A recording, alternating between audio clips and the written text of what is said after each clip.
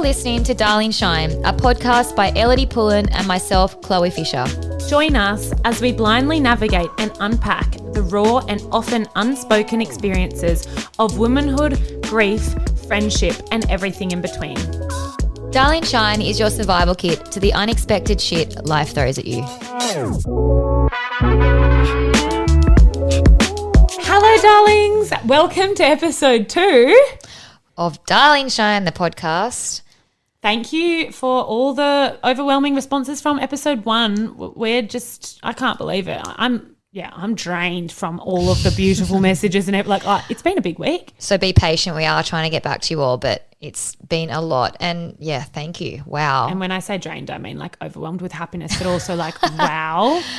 You guys actually care. Yeah, you guys actually care about our lives. I thought I was so boring. We weren't sure where we were going to go when this podcast came out, and it's obviously you guys are obviously very interested. So that's really cool. Our friends tell us to shut the fuck up. So you guys are obviously interested in what we have to say. We love you guys. Yeah. Shout out to our friends. It'd be annoying if they didn't tell us how it was. Yeah, no, but this is we're off to a good start, and that was just our bio. So there's plenty more stuff where that came from, and we're literally haven't even dove into it. Doved into it. Is that a word? I don't know. Dived? No, dove. Yeah, we're going to dive straight. We're going to dive straight in. So today's episode, we're going to be talking about Chloe's journey with IVF.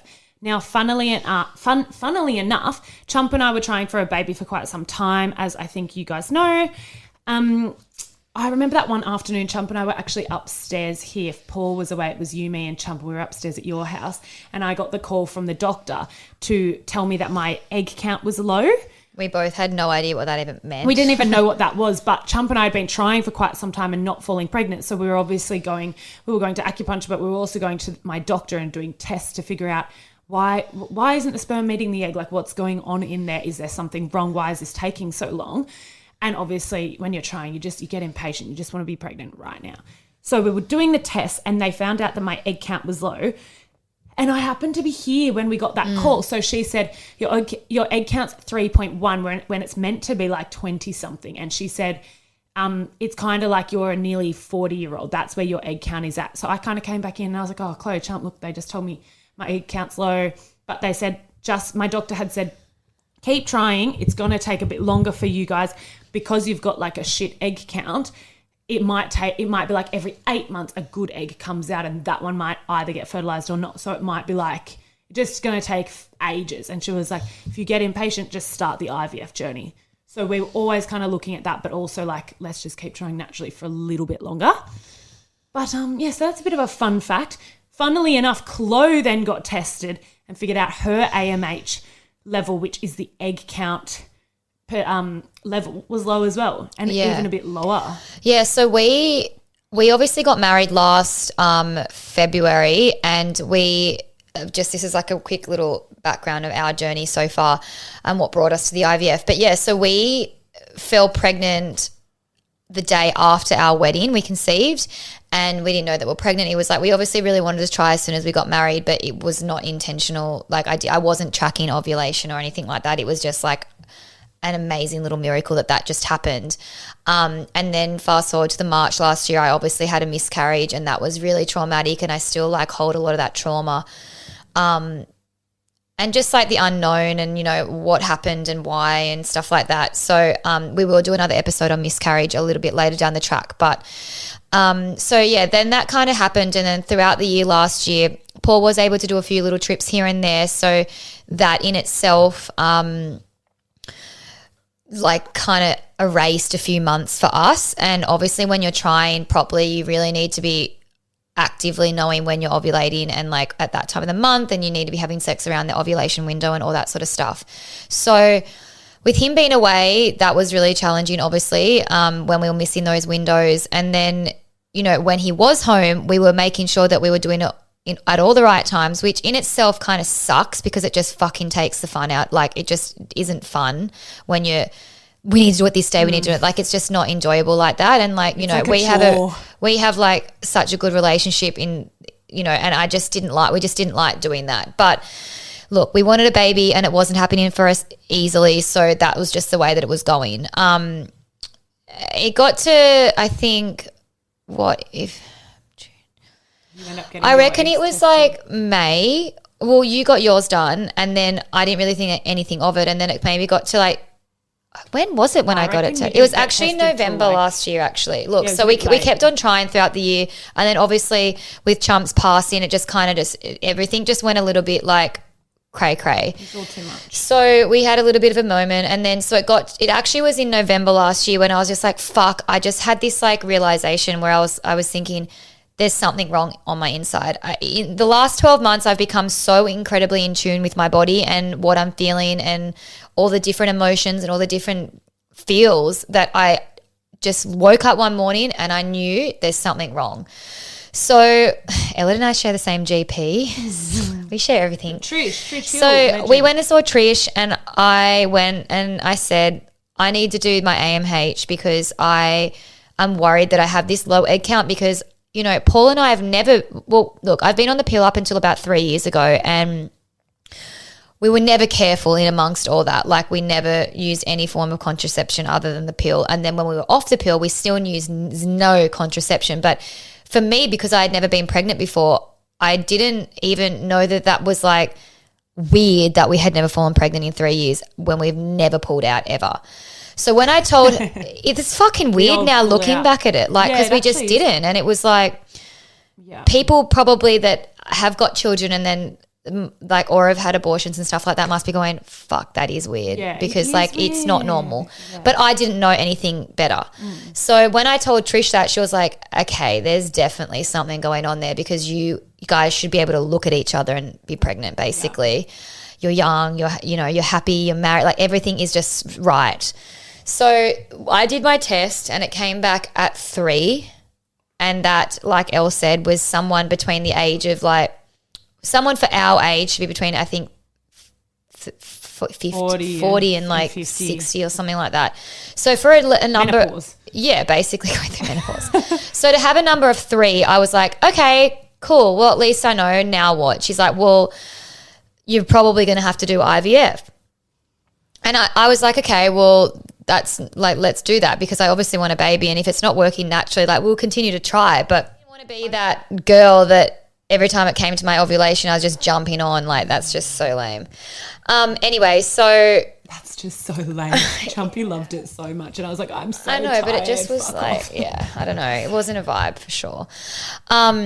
And then so I was seeing at the time a naturopath and obviously getting my acupuncture, and my naturopath Tia was like, oh, if we do have to go down this IVF route, because at this point I was doing like all the fertility herbs, all the natural, like you name it, I was doing it, and I'd been doing it for a year. Prenatals, I've been taking prenatals for like a year now.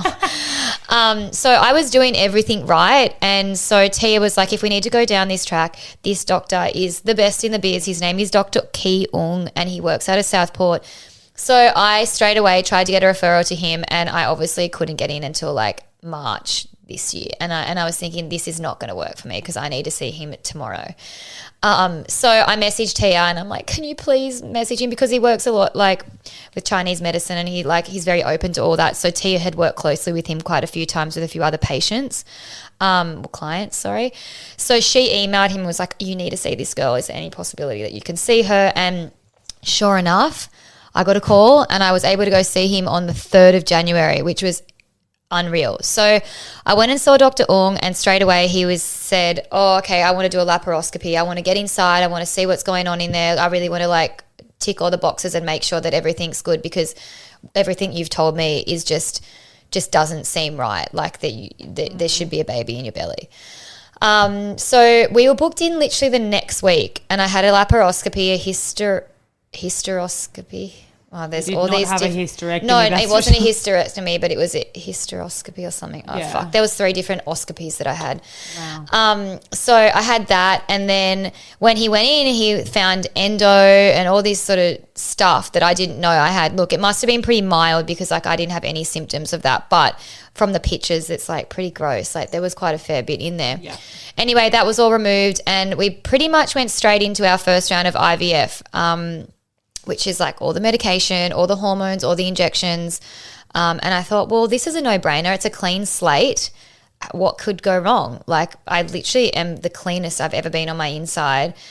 why would this not work? It should be a walk in the park. It should be a walk in the park. And I feel like a lot of people going into IVF, they think it is going to be a walk in the park. You just think, well, pay the money, get the baby. Simple. Yeah, exactly. Not that simple. So we went into our first round of IVF, and I like I had a lot of my girlfriends around me that knew about it, and like I was very vocal about it on social media, and I did my journey, and I didn't really feel too much after so basically what they do is you have on day 1 of your cycle, and your cycle, I mean your period. So you get your period, and then day 2, you'll go into the doctor. He'll do an ultrasound.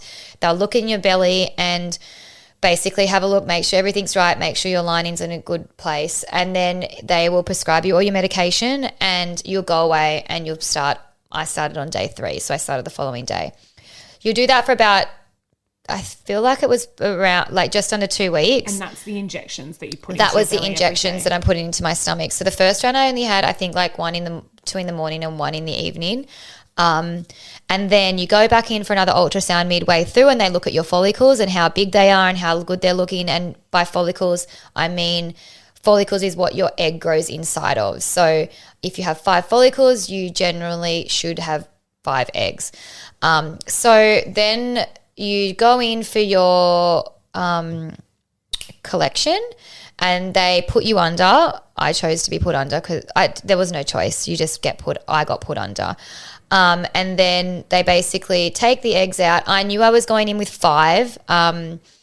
So that was epic, I thought. And then when you wake up, they write the number on your hand of how many you got. And so like you wake up, and I looked and I had 5, and I just like burst into tears. I was like, oh, and the nurses are like, are you okay? I was like, I've got 5. Like, that's epic. So I was so happy. But at the same time, I was still learning about this whole journey, because I thought that's like the best case scenario.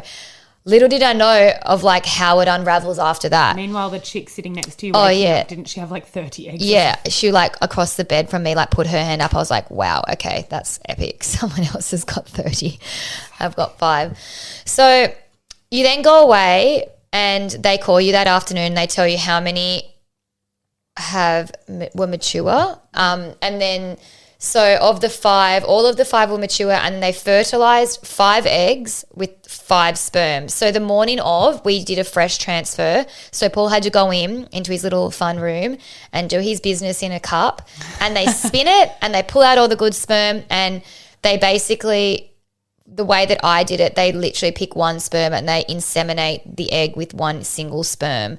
So I had 5 of those, and that was epic. So the next morning, they call you up with your news, and I think I had 3 that had made it overnight. And then basically they just update you every single day with how they're going. And it got to the end, and I think I had 2 by the end. And they said, well, they're not really at the stage that can be frozen right now. So we want to hope tomorrow that they reach blastocyst, and blastocyst is the stage that they can be frozen at. They said one's looking good, but one's not looking like it's going to get to that stage tomorrow. If that one doesn't reach blastocyst, would you like us to put it in, or would you like us to discard of it? And we freeze the good one. So I woke up that morning, and that was exactly what happened.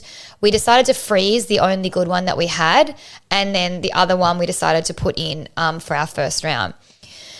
So then I went into the horrid 2-week wait, and I had to wait for 2 weeks before I did the pregnancy test. And that was really hard. We will do another episode in a few episodes about the 2-week wait, just about everything involved in that. But I got to the end.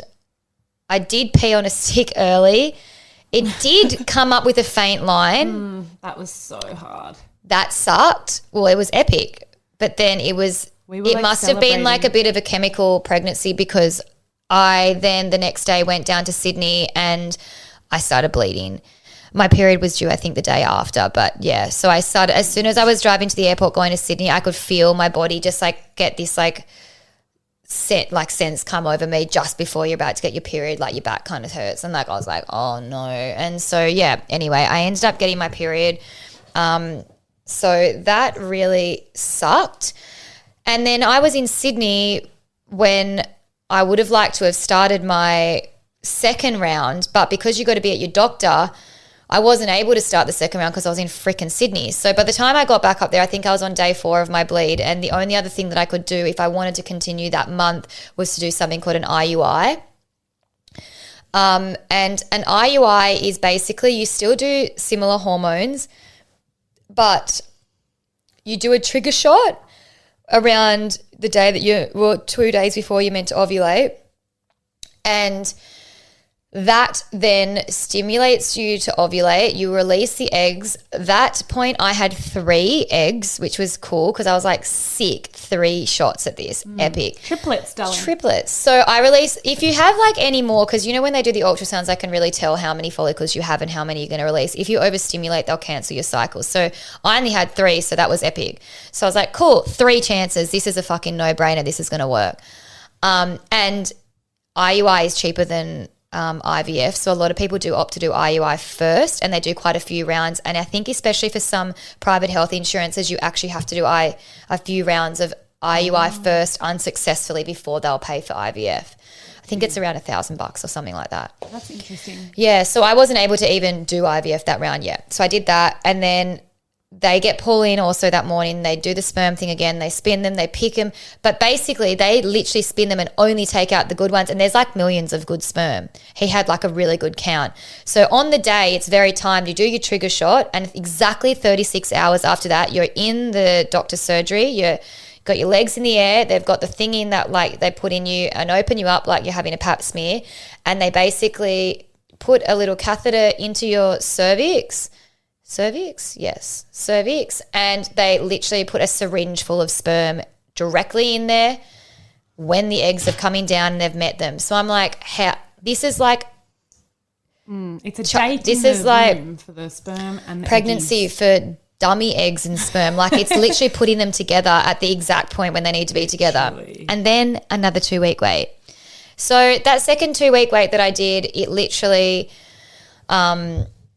I didn't even get around to doing a pregnancy test or anything like that because I started bleeding and spotting too early. So that round then didn't work. And then it kind of brought us back to the drawing board, and we're like, well, fuck, what are we going to do here? This is just like so disheartening. It's just everything about it was just like I felt like we were just pushing shit up a hill because I just like I was doing everything right and it just wasn't working. And then at the same time, all my friends around me were falling pregnant. I think there's like 15 friends of mine that are pregnant. So that's another thing in itself. So hard mentally and emotionally. Yeah. And then on top of that, you've got all the hormones happening. Yeah, I'm literally pumping myself with hormones.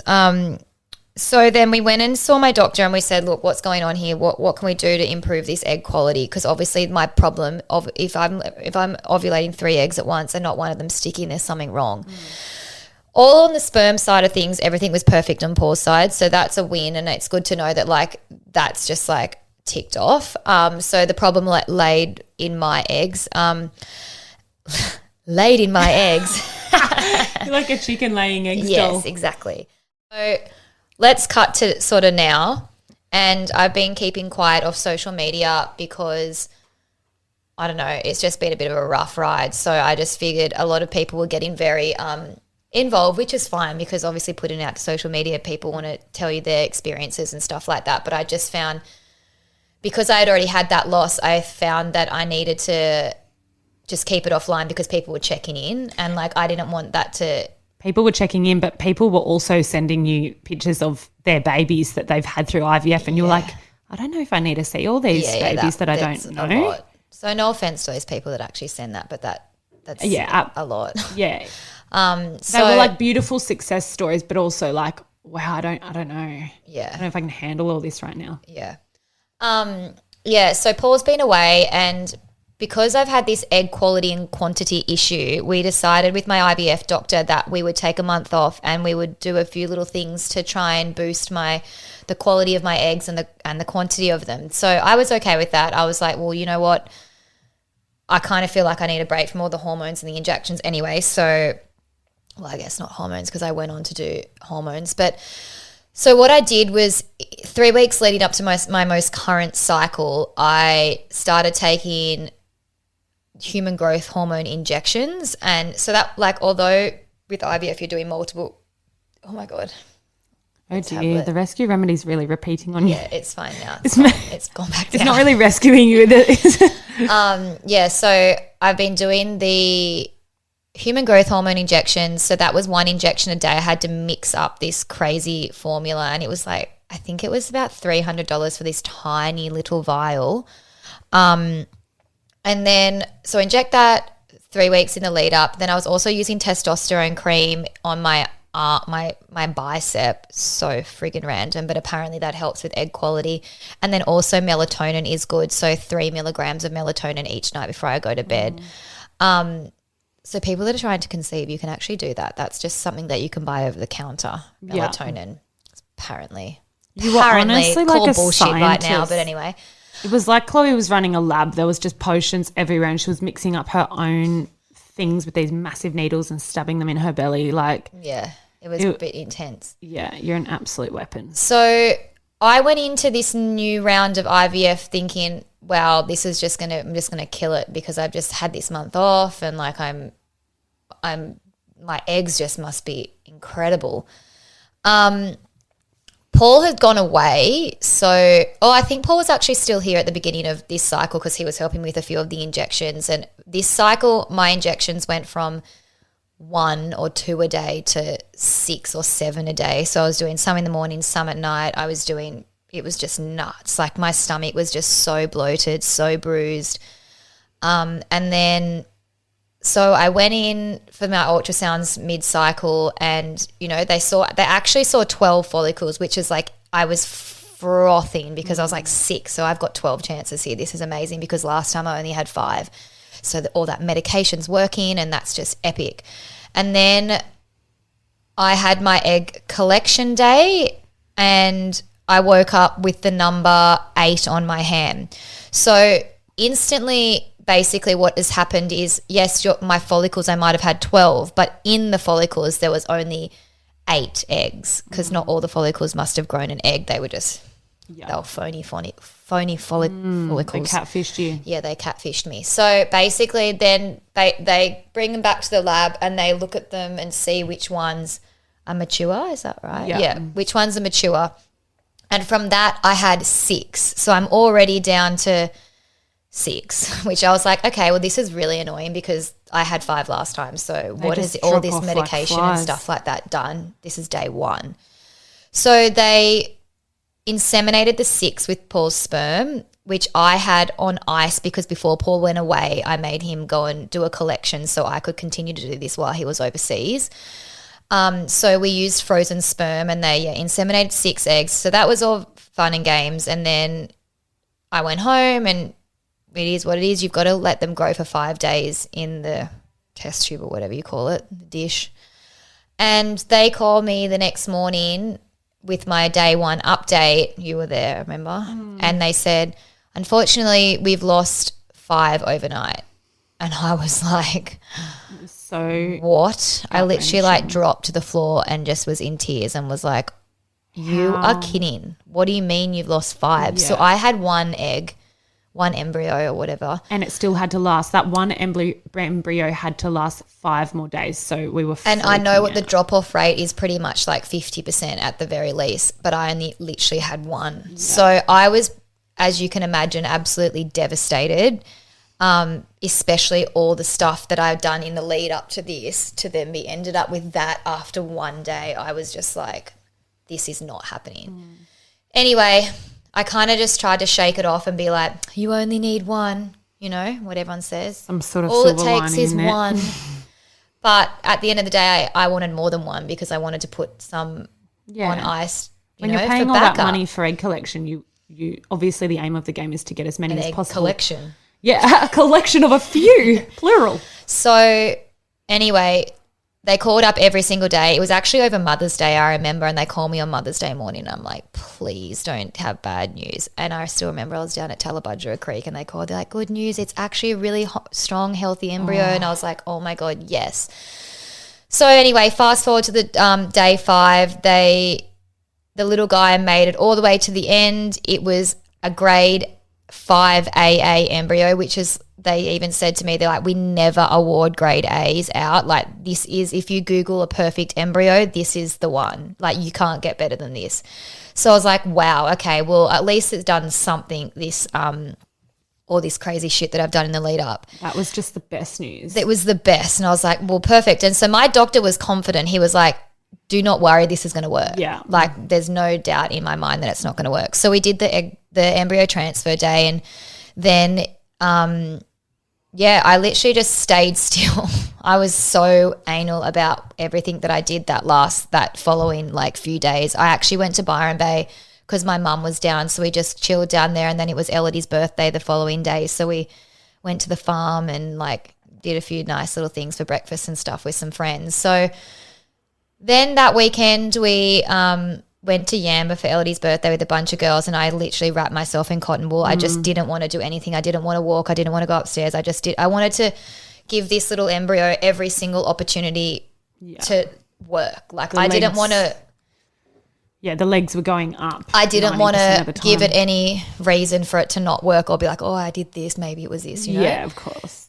So then that was during your 2-week wait. So this was during my 2-week wait, and so I'm pretty bad at the non-peeing on a stick thing. Anyway, actually, sorry, so the 2-week wait, once I was in Yamba and going through all this, I knew that I was pregnant at this point. I just knew. It was a completely different feeling to what I felt the first time round. I had like these little weird like flutters in my belly. Not that it was a baby, but like my stomach, there was things that were changing, and I just knew. I knew I didn't want to say it out loud too much to people because in case it wasn't, but I just knew I was pregnant. So I guess that brought us to the 2-week wait, and Elodie the whole time is like, make sure whatever you do, you don't pee on a stick, because Elodie just tells me that I'm a fucking freak and not to do that. She loves peeing on a stick, and I think just be patient. So I was trying to be patient, and we were due to pee on the stick on the Friday, and we were actually recording a few bits and bobs for the podcast.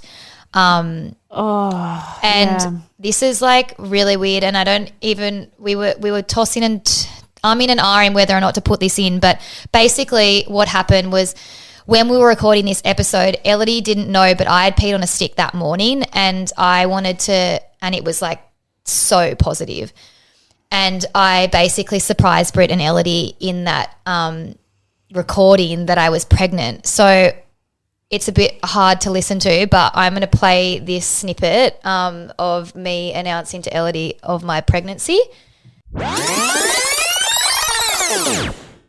There was one thing that I kind of wanted to, one last thing that I wanted to talk about before we ended the episode. And I am totally contradicting myself here, because I came across a little stick this morning and I accidentally got a bit of wee on it. Oh my God! I want you to tell me. What? Fuck off! What did you say? Oh my God! What the hell? Oh my God, you little shit! Tell me about it. What the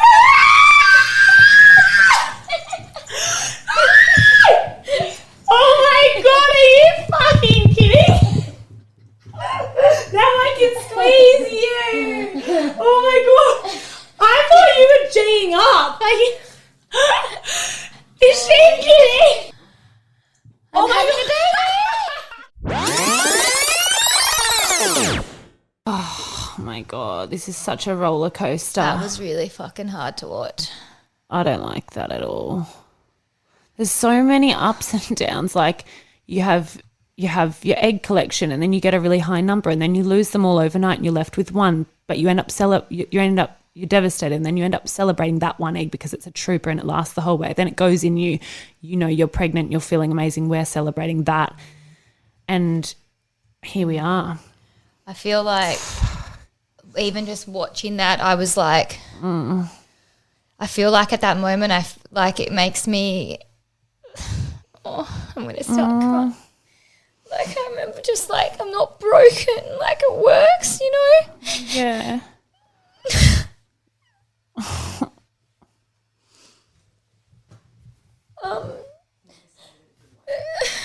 And then I guess fast forward to now, and like when this podcast was coming out, the day that the podcast came out, I had a miscarriage, if you haven't seen.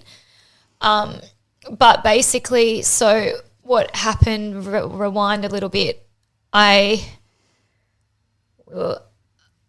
went down to Sydney for a friend's birthday, and I started bleeding the night before, or the day before I went to Sydney. I started like getting a little bit of spotting, and I was like, oh, that's not normal. At this point, I was 6.5 weeks. I was like, that's not normal. So I went to my doctor straight away, and I was like, can I just get my blood test just to make sure all my levels are fine? And they actually were all fine. My HCG levels were all exactly where they needed to be. So, but everyone then started saying like, don't worry, it's fine. Like I bled my whole pregnancy, or I started looking in all these forums, but I knew that like fresh red blood was just like not a very good sign. And so it kind of just like kept going, and it wasn't like really heavy flow, but it was just there, you know. Anyway, so I went down to Sydney, and my doctor suggested that I get an ultrasound just to like check on the baby, and I haven't had an ultrasound that was like successful yet. So because the last time I had that one where I saw it, but there was no baby in the ultrasound. So I was so fucking scared going into this ultrasound, and so I went in and just shitting myself, and I guess she was like scoping around on my belly, and like at first she couldn't see anything. So we did like an internal one, and then like looked around for a while, and then right at the very end we saw a little heartbeat. That heartbeat was everything. Like, and it had like a little flicker and a heartbeat. Sorry.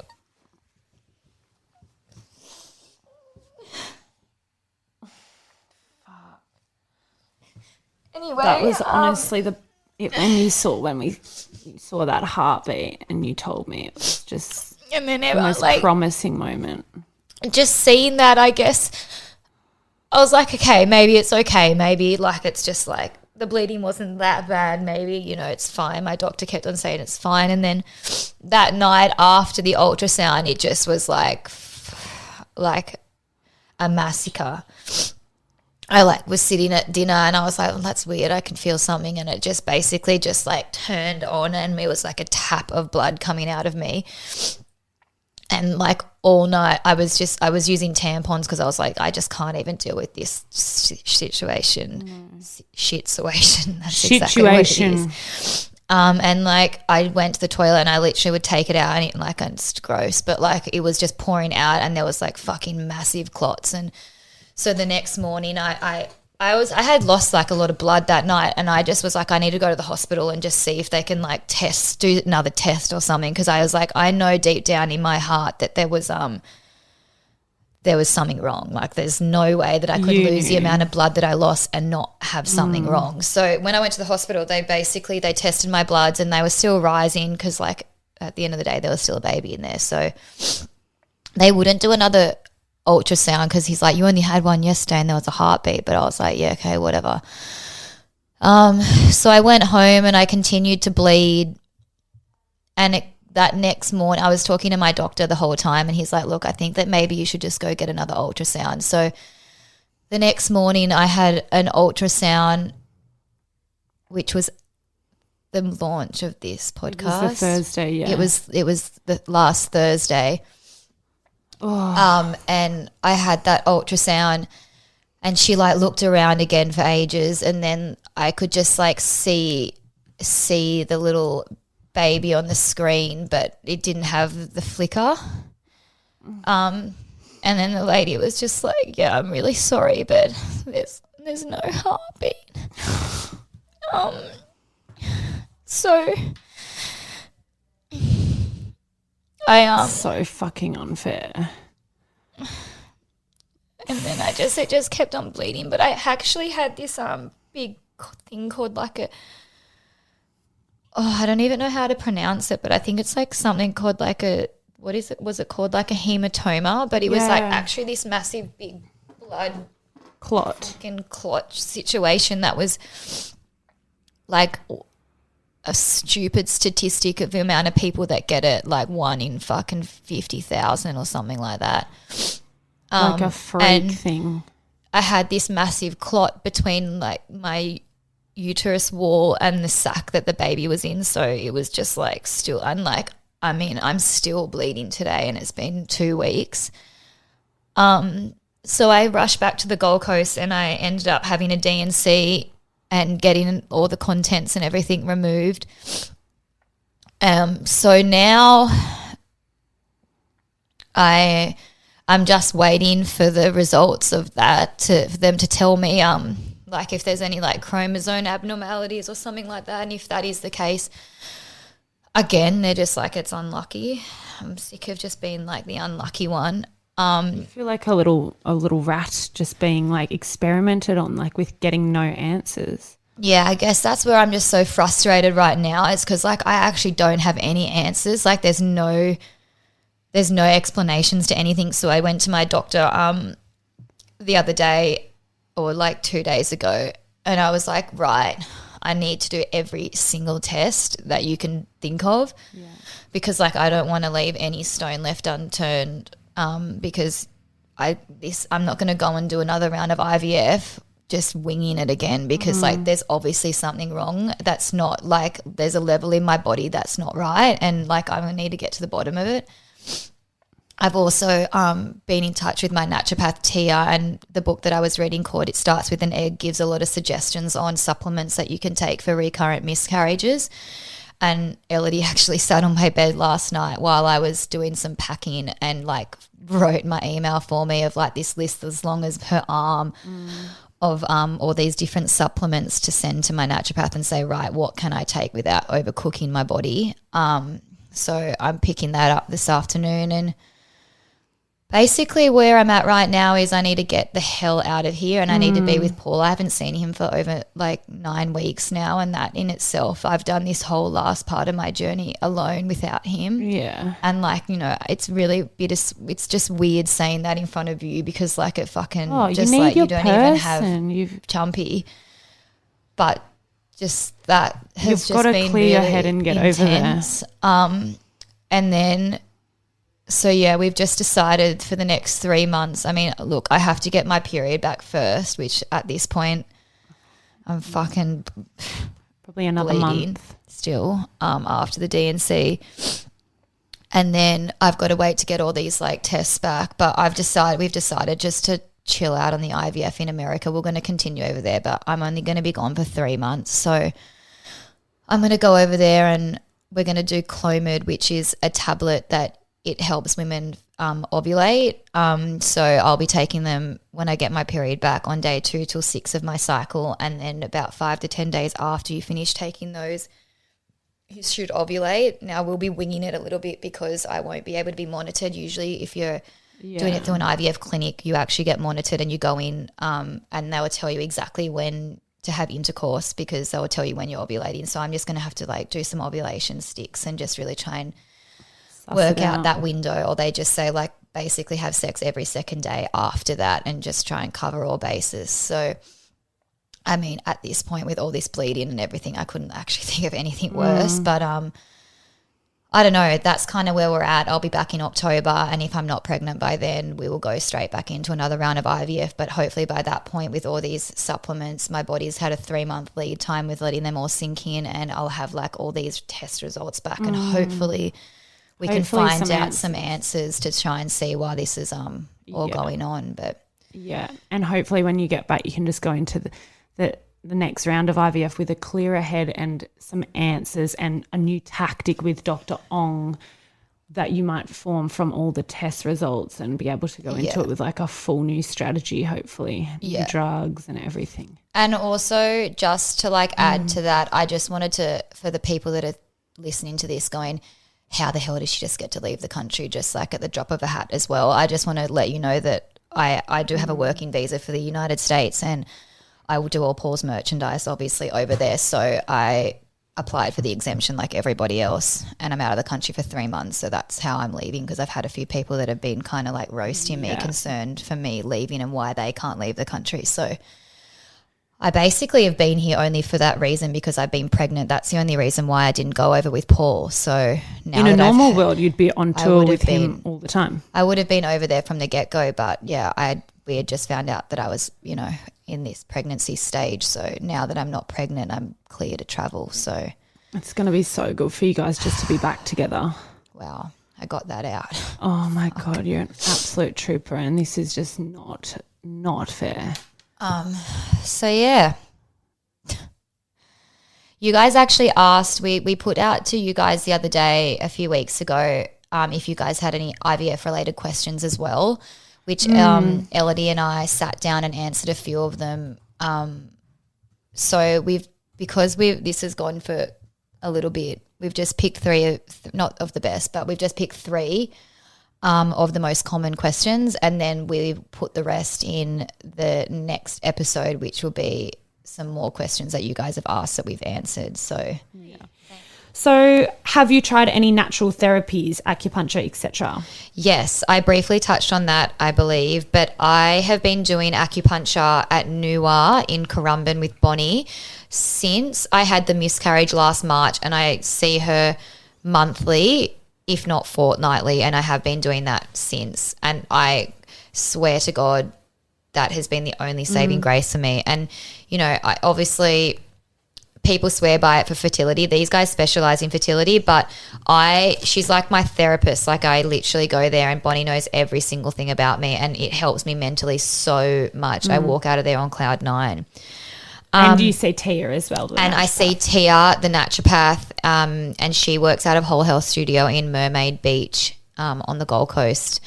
And she's amazing. Herbs. I get my special fertility herbs. They taste stunning.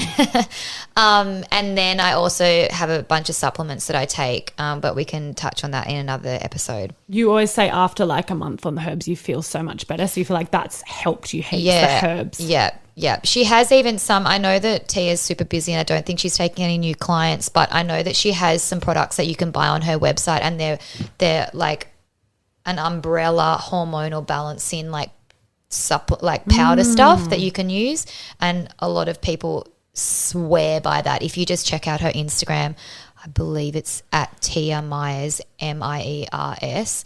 There's heaps of stories about girls that swear by these hormonal balancing products. And there's naturopaths everywhere in every city, but it's just about finding the right one for you. Okay, so at first when you tried to conceive naturally, did you test for ovulation? Yes. So last year when we were trying naturally, there's obviously ovulation sticks that you can purchase from the supermarket, and they're so expensive. I honestly, it kind of started ringing at some bells for me about my egg count, sort of, not my egg count, but my ovulating, is because I wasn't getting ever those smiley faces. So when you do an ovulation testing, is it around day 14 of your cycle, you should start peeing on these sticks. And when you pee on them, if you're having an LH surge, which is, I don't know, it's like when you're about to ovulate, there's this surge, and on the little device that you get, it has a smiley face. And then when you get that smiley face, that's when it's like, okay, go mad for 3 or 4 days around that. So I never really was getting that. So it really. No, not really. No, I'd get like the circle without the fucking smiley face. Flashing, or sometimes I think I got the smiley face once, but it wasn't flashing. Yeah. So I was like, something's not quite. That was definitely for me I started to realize soon after that there might be something wrong. So, yeah, I was doing that. I was also taking my temperature. You meant to have like a spike in temperature when you were ovulating as well, just like a really small one. But there's all those apps that can track that, and I was doing that. So, yeah, that sort of really made me realize that there was something wrong and something wasn't right, because I was on all those apps and everything like that, and people very much talk about that and their little spikes and then the smiley face and everything. So the temperature one's really accurate, I think I've heard. Yeah, I also was a little bit slack too. It's just like Same, I it's used such to a forget. chore. Like, and this is where it comes into like not enjoyable trying to fall pregnant because you're taking your temperature every morning at the same time. You're peeing on these sticks, like, and all of this stuff happens behind the scenes just that your want it to husband might not even really know about as well. And then even if you start or your partner start talking about, that's when they think that you're crazy because Yeah. they're like, can we just have sex and fall Yeah. pregnant? They don't get all this other stuff So that you much can admin. do. Why you know? isn't it easy and Admin. natural for I us? know. Okay, so when starting IVF, did you have a cutoff for how many times you were going to try? Well, I actually went into IVF thinking it was a no-brainer and I was going to be pregnant immediately. So I didn't really think that forward ahead. But now I started my journey in February and it's now the end of May. And mentally, that's my issue, that doing it mentally, and my body, because I'm not getting that many eggs out, I'm actually having to do the full cycle of IVF each month to collect eggs, rather than just most people that do have like a fairly good egg count. When they go in, they get quite a few eggs and they can put a lot on ice. So they don't actually have to be doing these injections every month like myself. They just pop an egg in when they want, like an embryo in when they are at that time of the month. So mentally for me and my body, it is starting to ache and it is starting to take its toll that way. And especially not having Paul here, I'm just like, oh, but obviously it can be hard financially for some people. We've obviously opted to go in a private clinic, but there are other options if that is too expensive, because everyone, I've found out that even people at my clinic on our Facebook group that we have, like this chat, some people actually pay more than others. And obviously it all depends on your circumstances and like what you need. But there are you can go through the public system, I believe, and it's do a a lot bulk cheaper. billing. And I think it's about around the $1,000 $1,000 around mark. ish. Whereas doing it privately, I believe mine is around like 12 or 13 grand. I wish it was About 12 or 13 grand each round, but And you then you do get about get 6 some from Medicare back. You Medicare. get about $6,000 back from Medicare. But then it's which obviously is- all the medications and stuff like that. Yeah. So yeah, going back to that question, I don't have a cutoff. I will never stop. Like I will keep trying until I'm having a baby. But obviously things may change. If I can't fall pregnant myself, I'll obviously be looking at other avenues. It's an emotional roller coaster, and you can also try but still have, lots of people will try for a month and then have like 2 months off and then try again and then have months Exactly. off. So that's a really great way to do it as well. I love this question so much. Have you ever considered Elle to be your surrogate? I think I'll answer this. No, I actually love that question. That's the cutest question. Good one to go Chloe's off that. got about 5 sisters she could ask. No, you've got 2 and they'd probably do it for you. I've got a bit too Yeah. much on my little plate. When I saw that question came through, I actually nearly cried though. I was like, oh, How I would cute is love Elle to be that? my surrogate. And Elodie was a like, normal world, absolutely not. I was like, oh, okay. Oh, Baba, no, in any given normal world, I totally would be. But no. I don't know if you want your baby growing in my little grief body right now. Oh, no. shame. No. No, I would I'm love that. healthy, but But yeah, that would definitely down the track. That's an option. But that's an option, I'm doll. not Give me a gonna, few years. Yeah. But at this point, I'm hoping to be able to carry my own baby. yes. We're very yes. early days. No, that is a really great option. So we had to add that last question in because I thought it was pretty funny. What a bitch. Oh, doll, I would love to be your surrogate, but I've got a bit on. Yeah, no, I would not do that to you. Oh, funny. But I know you're going to carry your own bub. It's going to work out. no, so, I know I will too. yeah. I mean, that's something we can talk about down the track, but I know you're not ready to go there for a long, like I know that you've got a lot ahead of you IVF wise. We're going to sort out your body and what's happening there. Honestly, this episode was intense and I just cannot commend you enough. You are honestly a force, and I hope that anyone going through IVF or miscarriage or whoever, anyone who's lost a baby or been through that, the highs and the lows where you're celebrating your pregnancy and you're so happy and you're so excited, you're planning the future, you're looking at the dates, you're like, yeah, I'm going to be pregnant for that person's wedding and that and that and that. And then I forgot about all that. yeah, it's like fully massive element. You're celebrating, and then all of a sudden you're bleeding and you're losing it. And I hope that some people listening just do not feel alone. And I definitely waffled on a lot. So if you made it to the end of this one as well. Oh my God, it's a hard I hope story you learned something anyway. Definitely. I still was just saying to Elodie, I was like, I actually just can't believe that that's me.